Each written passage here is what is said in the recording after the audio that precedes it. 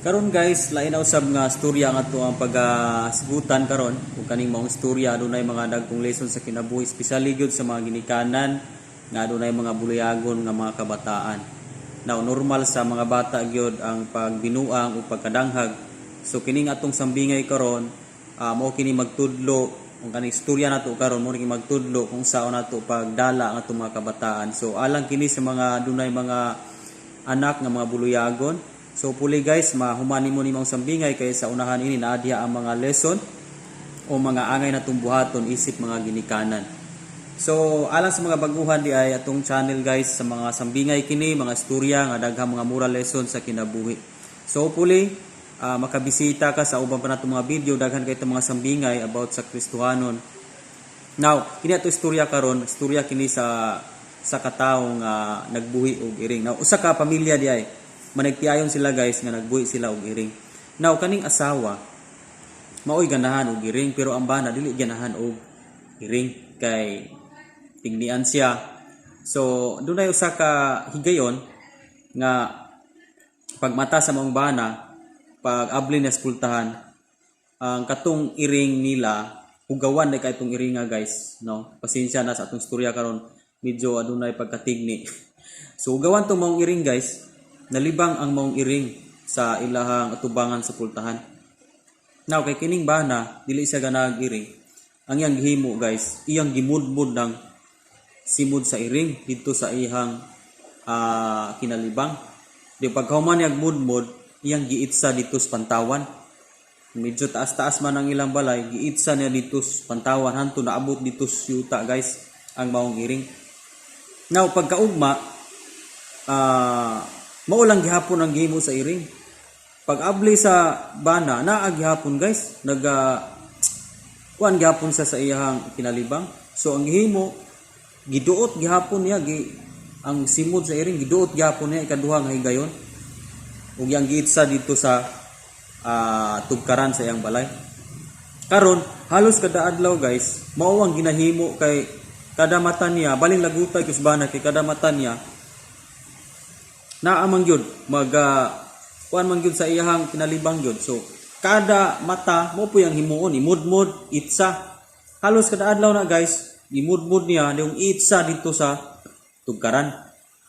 Now naabot sa punto guys nga pagka ikapito na gyud nga higayon balik-balik niabot sa punto nga baylong laguta sa bana sa nga atong gining ilabay giniday kay wa na giklaro ning iringa. So moto nga pagka ugma una-una na siya nga tani ugma ako jud bunalan gyud kung naa gini kung gining paluon ko na ako ning iringa kung magbuhat ko ni ugma kay murag naanad na ba ang iring.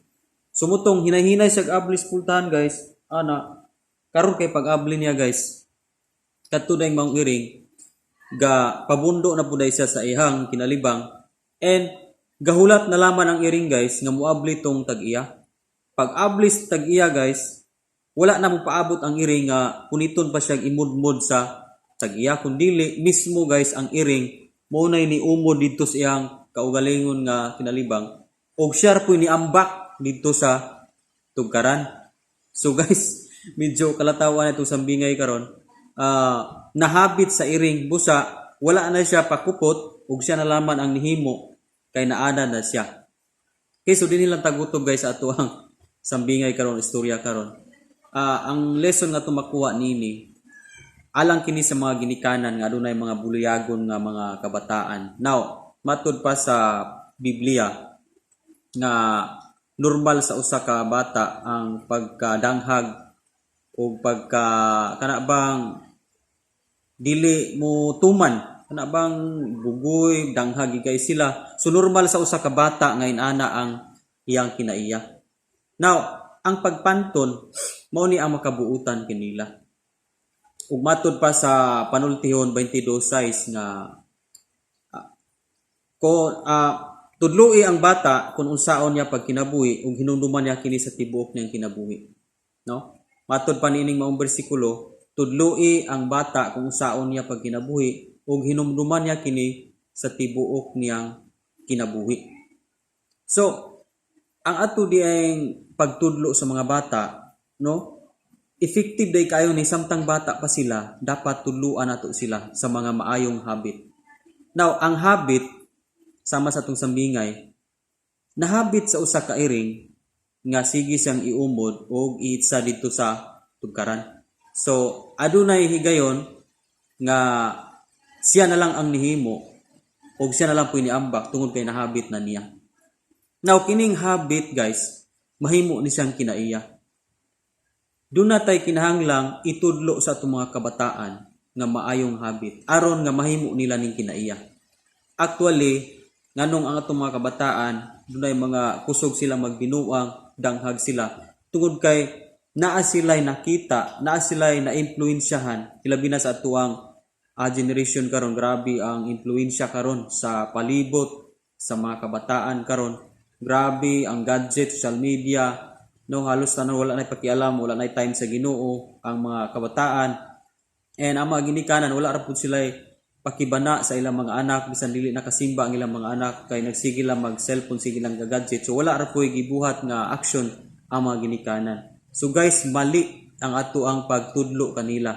Ang panultihon 22 versikulo 6 nagaingon nga tudloi ang bata, no? Tudloi ang bata sa iyang pagkinabuhi kay dili kiniya kani kalimtan, hinuon hinumduman niya sa tibuok niyang kinabuhi, no? Mintras bata pa ni sila, muni ang nindot kayong tudluan sa mga maayo kayong habit. Now, unsa may mga maayong habit nga dapat atong itudlo? Kining pag simba, pagbinuutan, no? Pagtamod sa pulong sa Ginoo o kanang dili pagbuhat sa mga kalapasan, dili pagpamakak. Munay mga maayong habit nga dapat itudlo nato nila. Now, sometimes ang mga ginikanan sipyat ang pag-amuma sa mga kabataan. Dunay ginikanan nga ikonsinti lang nila ang sayop sa ilang mga kabataan. Guys, kung atong ikonsinti ang mga sayop sa atong mga kabataan, mahabit na nila o kung mahabit na nila nga labanan lang dai sila sa ilang mga sipyat, wala ra tay gihimo nga pagpanton sa ilang mga sipyat, mahimo na nilang kinaiya. Moingon sila silang una-una, wala man gani ko bunali, wala ra mo palangga man ko nilang papa ug mama kay wa mo ko bunali sa akong mga sipyat. So sigion na niya gihimo. Mahimo na niyang kinaiya ang maong habit. So dili maayo matud pa sa Proverbs 23 verse 13 to 14, ayaw pagpanuko pagpanton sa usa ka bata. Dili makamatay kaniya ang bunal kun dili makaluwas hinuon kaniya. Now, dunay mga tawo nga, dunay mga ginikanan nga masipyat ilang mga kabataan, dili sila mo panton, dili sila mo bunal, kay palangga lagi. Sayop ka ng klases pagpalangga.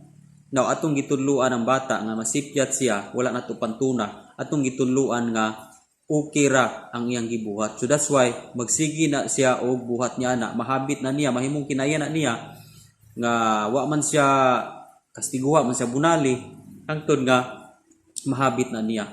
In the Bible, adunay tao nga konsinti niya ang iyang mga anak, nahimo og Ginoon nga dili na siya makabadlong sa diyang hidako na.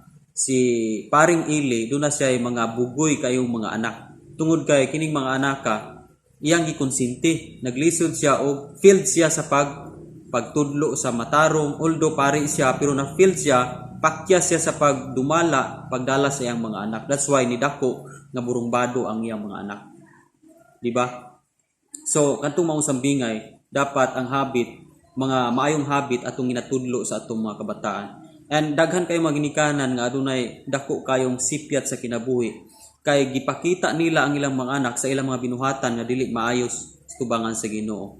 Mga bisyoso nga mga amahan o ginikanan, ang inahan kusog-musugal, ang amahan kusog-mubisyo. That's why dili sila makabadlong o maayong buhat ngadto silang anak kay unsaan man nila pagkoreksyon sila mga anak nga sila mismo nagabuhat man pud niya na. So dili effective ang ilahang pagbadlong ayaw pagbuhat niya na kay sila mismo nagbuhat man. So ang atong action, especially sa mga ginikanan, ang atong action maunay pagtudlo kanila. So kung makita nila ang atong mga action, no, dunay posibilidad nga maimpluwensya siya, musubay sila kung unsa itong gipakita. So kung nagpakita kitag mga maayong habit, no, makopya po na sa atong mga kabataan. Pero kung nagpakita ta o madili mayong habit, makopya gyapon na nila, which is gitudloan nato sila sa ilang pagkinabuhi. Unya dili ra baguna nila malimtan ang ilang nakita ug atong gitudlo. So guys, careful ta, especially sa mga ginikanan, ang atong pag-agak sa mga kabataan.